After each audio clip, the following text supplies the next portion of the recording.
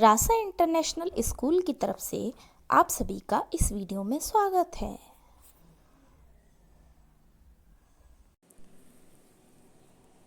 बच्चों, आज हम कक्षा 9 विषय हिंदी स्पर्श का पाठ 6 शुक्र तारे के समान का अध्ययन करेंगे, जिसके लेखक स्वामी आनंद हैं। तो आज हम स्वामी आनंद की रचना शुक्र तारे के समान का अध्ययन करेंगे। तो चलिए प्रारंभ करते हैं। शुक्र तारे के समान। सन्यासी स्वामी आनंद का जन्म गुजरात के कठियावाड़ जिले के किमड़ी गांव में सन 1887 में हुआ। इनका मूल नाम हिम्मतलाल था। जब ये 10 साल के थे तभी कुछ साधु इन्हें अपने साथ हिमालय की ओर ले गए और इनका नामकरण किया स्वामी आनंद। तो इनके बचपन का नाम था हिम्मतलाल। 1907 में स्वामी आनंद स्वतंत्रता आंदोलन से जुड़ गए। महाराष्ट्र से कुछ समय तक तरुण हिंद अखबार निकाला, फिर बाल गंगाधर तिलक के केसरी अखबार से जुड़ गए। 1917 में गांधी जी के संसर्ग में आने के बाद उन्हीं के निर्देशन में नवजीवन और यंग इंडिया के प्रसार अवस्था संभाल ली। इसी बहाने इन्हें गांधी जी और उनके निजी सहयोगी महादेव भाई देसाई और बाद में प्यारेलाल जी को निकट से जानने का अवसर मिला। मूलतः गुजराती भाषा में लिखे गए प्रस्तुत पाठ शुक्र तारे के समान में लेखक ने गांधी जी के निजी सचिव महादेव भाई देसाई की बेजोड़ प्रतिभा और व्यस्ततम दिनचर्या को उकेरा है। लेखक अपने इस रेखा चित्र के नायक के व्यक्तित्व और उसकी ऊर्जा, उसकी लगन और प्रतिभा से अभिभूत हैं। महादेव भाई की सरलता, सज्जनता, निष्ठा, समर्पण, लगन और निराभिमान को लेकर उनमें बिल्कुल भी अभिमान नहीं था। किसमें? महादेव भाई में। लेखक ने पूरी ईमानदारी से शब्दों में पिरोया है।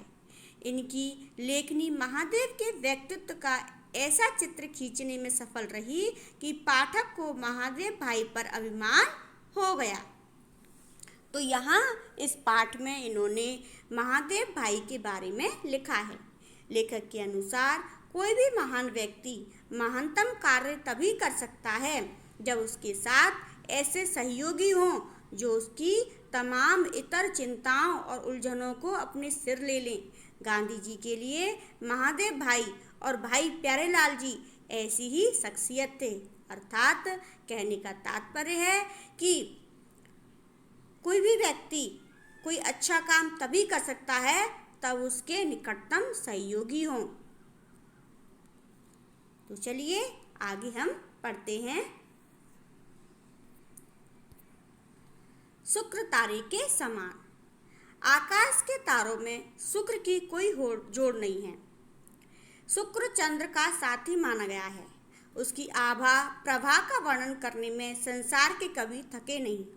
कभी भी नक्षत्र मंडल में कलगी रूप इस तेजस्वी तारे को दुनिया या तो ऐन शाम के समय, ऐन अर्थात बिल्कुल शाम के समय, बड़े सवेरे घंटे 2 घंटे से अधिक नहीं देख पाती है।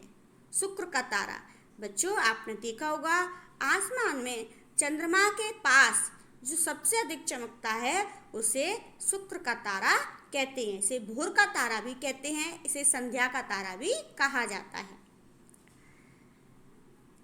इसी तरह भाई महादेव जी आधुनिक भारत की स्वतंत्रता की उषा काल में अपनी वैसी ही आभा से हमारे आकाश को जगमगाकर देश और दुनिया को मुग्ध करके शुक्र तारे की तरह अचानक अस्त हो गए, अर्थात जल्दी ही इनका निधन हो गया।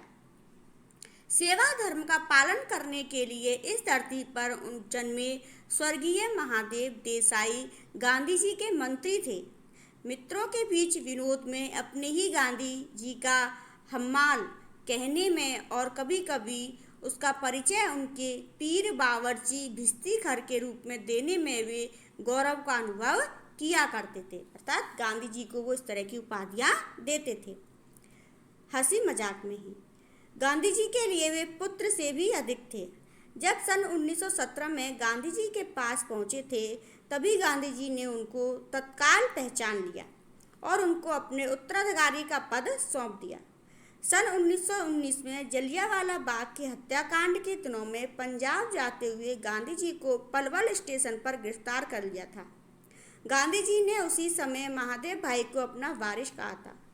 सन 1929 में महादेव भाई आशेतु हिमाचल देश के चारों कोनों में समूचे देश के दुलारे बन चुके थे।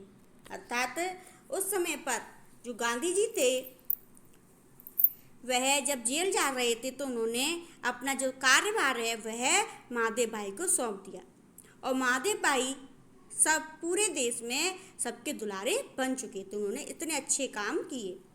इसी बीच पंजाब में फौजी शासन के कारण जो कहर बरसाया गया था उसका ब्यौरा रोज रोज आने लगा। पंजाब के अधिकतर नेताओं को गिरफ्तार करके फौजी कानून के तहत जन्म कैद की सजाएं देकर काला पानी भेज दिया गया। लाहौर के मुख्य राष्ट्रीय अंग्रेज दैनिक पत्र ट्रिब्यूशन के संपादक श्री कालीनाथ राय को 10 साल की जेल की सजा मिली। गांधी जी के सामने जुल्म और अत्याचारों की कहानी पेश करने के लिए आने वाले पीड़ितों के दल गामदेवी के मणि भवन पर उमड़ते रहते थे। महादेव उनकी बातों को संक्षिप्त टिप्पणियां तैयार करके उनको गांधी जी के सामने पेश करते थे और आने वालों के साथ उनकी रूबरू मुलाकात भी करवाते थे। रूबरू आमने सामने यहाँ उर्दू शब्द का प्रयोग किया गया है। गांधी जी बम्बई के मुख्य राष्ट्रीय अंग्रेजी दैनिक बॉम्बे क्रॉनिकल में इन सभी विषयों पर लेख लिखा करते थे। क्रॉनिकल में जगह की तंगी बनी रहती थी। कुछ ही दिनों में क्रॉनिकल के निडर अंग्रेज संपादक हॉर्नीमैन को सरकार ने देश निकाले की सजा देकर इंग्लैंड भेज दिया।